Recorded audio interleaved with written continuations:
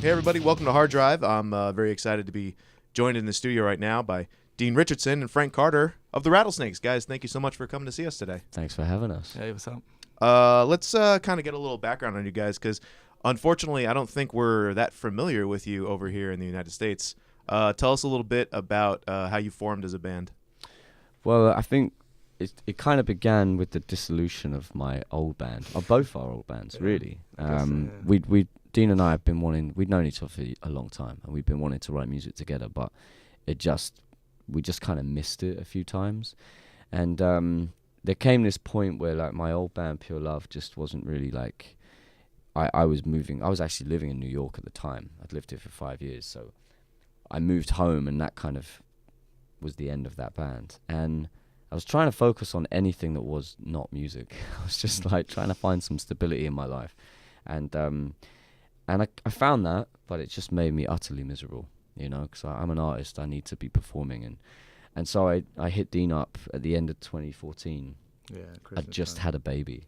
And I was like, hey, I want to start a new band. Like, what do you think? Are you in? Like, I want it to be fast and hard and stuff. And he was like, yeah, I got some songs. Like, I'll come around and see you in February when I get back.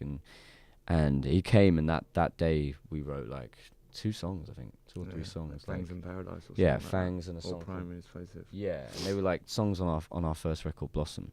But it was just at that day we kind of knew like, okay, we've been trying this for a while. We got it now. Like we found the formula. So that was it. Like that was only 2 years ago. The rest is history. Like here we are in New York now. You know, it's kind of wild. That's actually, 2014. That's, you guys already have 2 albums out now. That's that's a lot of songs written. Yeah, in and it that was small amount of time. like this was after Christmas in 2014. Yeah, so it was 2015 really that we started. Yeah, and in 2015 we wrote and recorded Blossom in sort of February, March time, released it in the August, and then we actually started writing Modern Ruin, our second album, in September of that same year, like right after our album come out. So it was done by December basically. it was finished, yeah. So we ended up then recording that record in January of 2016, but we just didn't release it until January of 2017 because we were like, this is just too much. This is a bit too overwhelming. People are going to be like, hang on, what? You've just put an album out, like, slow down. So for us, that was kind of our personal best, you know, like we wrote almost 40 songs in that the year. Ones that didn't even come out, so yeah. God knows how many. It was kind of with like the song Wildflowers that we played, like that was, we actually wrote that kind of in the middle of writing Blossom, but we just had an understanding like this song is too poppy, this can't go on this record because it's just not the right place for it. But when we came around to album 2, we were like, hey, we got that song, like it's pretty good still. Like, so I remember you saying to me on the first one though, you were like, trust me, this song will come out one day, because I was like, this is awesome, I love this tune, and you said, just trust me, it will come out one day, and then it has, and it's done really well at the right time. But Dean, when you have like, you know, a collection of riffs that you want to make into a song or something, like, are there certain ones that, you know, you're like, oh, this is all right, and then there are others where you like push really hard for it, you know, that you like want this to be? Yeah, but what I learned really quickly with Frank was that I shouldn't hide anything, because there'd be stuff that I was like, it's basically we'd work through like the ones I would be pumped about. I'd be like, I've got this, and this, and then when we'd run out, Frank would just keep pressing, what else you got, and then I'd have to be like, well, I have this, but I don't really love it, and it'll be like one of our best songs or something, because it's like the way he'll see it might be entirely different to me. He might say, well, that's your chorus, not your verse, or like sing in a way that creates a entirely different rhythm. And so I don't get too protected now. I just try and come up with mass quantity to like feed the monster. Cheers, mate. This is why you're not in interviews normally. Like now I know why. Like, does he push you really hard? Like, I don't have to. He's a machine. He's just like you know, like I said, we wrote almost 40 songs in a year. It's nice for me to finally met someone that can keep the pace, because like normally I always felt like I was constantly hungry for more, and like once I'm being fed like a consistent amount, I don't get full, I just grow. Like so for us it's really nice because I think we've finally met our match in writing partners, so it's been really it's good. never like when sometimes you'll go in and you feel like you haven't got much that day. Always something comes out. Like it's never we don't really have a bad day writing.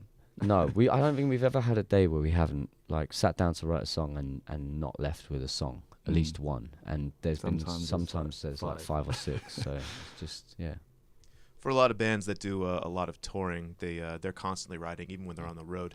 Do you prefer to write when you're at home in a stable environment, or do you just write whenever you have to? I think we write separately constantly. Yeah. So we're always like the non-stable environment is usually the right place to be writing. So I write lyrics just all the time whenever they hit me, and I tend to have like a diary. Like right now, I've got a diary going on where which is just really weird, like ramblings of the day and things I've seen, and then I'll like elaborate on some of those things. So that's been a really interesting step for me to take that diary and try and appropriate into something new. And Dean, I know, is the same. Like you know, just whenever I've got a guitar, I just will stumble across stuff like on stage at Gilman. Yeah, I've got a recording. Yeah, he started recording me because I was just playing something, but I didn't realise I was writing. I just was. And then I heard you sort of like singing the other side of stage with your voice note out, and I was like, so yeah, just kind of when it comes, but it's kind of depends how much time you have on tour and stuff. Where did the name for the band come from? We were going to be called Frank Carr and the Rabbits. And I said I didn't want to be a rabbit. Yeah, essentially, Dean just didn't want to be a rabbit. Which I still love that name. Like Rattlesnakes kind of was perfect for the start. It's got a lot of venom, you know, like it's an aggressive name. We went through a lot before. There was a lot, we kind of Fanatics. That was one of my favourites, but it sounds like an 80s synth pop band. Yeah, it does, yeah. And I really wanted to be called Frank Carr and the Art Collectors because it was just the weirdest fucking name that I've ever heard, and they were like, I don't remember choosing the Rattlesnakes, though. I just remember it like that kind of landed at a point maybe when we were just like needed a name, and then it was and it was perfect really, but it sums us up pretty well. I love Frank Carter and the Art Collectors. Yeah, so do I. So do I. That'll be our next Collectors thing. and Rabbits. That should be like your acoustic like B-sides album. Yeah, that'll be my like 65-year-old. Yeah, you know, that'll be my Beach Boys moment. Yeah. So you guys, you record Blossom and you tour on it, and then you just kind of turn it right around again, and you start working on Modern Ruin. When you started like setting up for this album, like was it just, oh, we're gonna just hang out and maybe write a few songs, or were you like specifically like it's time to make the next one? We were already in it. We didn't realize we had like we just had such enthusiasm and such energy behind us that it wasn't a conscious decision to let's sit down and write a second record. It was just we finished recording and I was like, I need to write. Like, do you? And he was like, I need to write. Like, it's because we did the first album so quickly. We basically recorded our like first jams essentially. Pretty much. Yeah. Whereas most bands would have that time and then figure things out. Whereas we'd written and recorded an album and we're just finding our flow on being a band together. So I think that's why it made so much sense to just keep going. Yeah, and then with Modern Ruin, it was like you get the perfect progression from Blossom of kind of the direction of where we want to go, but it's still like in my mind those two records are one moment in time because they were recorded within a year of each other. They were written within months of each other, and that really is like when people talk to me now and they're like, there's such a vast progression between your two albums. I'm like, nah, bro, like this it was weeks, like especially like, when you think Wildflowers was written during Blossom, and then like some like it's all like part of the same linked, thing. yeah. But Lullaby is the single. That's what we're playing right now. Give me a little insight into what went into making that song. So I wrote that song at 4 a.m. after I'd picked my daughter was poorly and she wasn't sleeping very well, so I scooped her up and I was singing her a lullaby while I was rocking her in my arms, like an alternative lullaby. It's like it was either a Nirvana song or a Beatles song, and she just fell asleep with a smile on her face, and I put her back in her bed, and she just slept the whole night long, and I went to bed and just wrote a few little lines about how beautiful that moment was for me. And then when I woke up in the morning feeling pretty fraught because I hadn't slept, like I wrote the rest of the song, and it's a mixture of like the pain and the torment and the beauty and the utter satisfaction of being a new parent, and the madness that sleep deprivation provides when life is happening all around you. So Dean, what's your favorite spot that you've played with this band?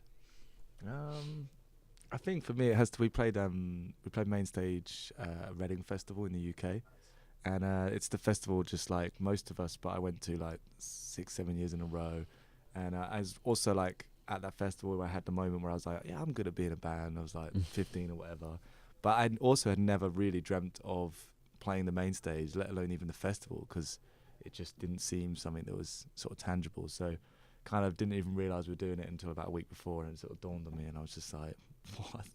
How has this happened? So yeah, I don't remember much of it because it was such an adrenaline overload, but that's definitely probably my favourite kind of show, just because of the significance around the show. It was a great show as well. It was a ridiculous show. But just everything else about it made it like super special for me. So we were like second on in the morning, and it was sunny, and there was just tens of thousands of people there. But I do this thing sometimes where I like try and have the biggest circle pit in the venue, and so here I was just like, this is my moment, like and so I kind of was like, we're gonna have a big circle pit, and I climbed down in the crowd, and they just weren't really getting it, and I was like, all right, follow me, and I started running, and then I realized like the song is a minute, and this is like a half a mile run, like, and we're just on stage, we all look at each other and we just play it again, and I'm still they can just see me running with like thousands of people running behind me, and they're like, he's gonna be like 2 more minutes, so we need to play the song again. So I remember hearing someone saw us backstage, and they were sitting like way back from the main stage just enjoying their day, and then this herd of people came running, but they just like really were scared. They thought something was happening, and everyone was like evacuating. I love that, the idea that someone's just sort of eating a burger hungover, and it's like a band and there was like, I was trying to take the best route as well, like over people's picnics and stuff, like just ruin as many people's days. There's a photo of me like running full pelt, and someone's just got this action shot, and I'm just like and they're just it's just like madman like in the thing. Just, I should just be on stage. I should just learn to just stay on the stage and sing the songs, but that's not me, unfortunately. Hard Drive Online is brought to you in part by Napa Auto Parts. Stop by your local Napa Auto Parts store and conquer the job and Napa know-how.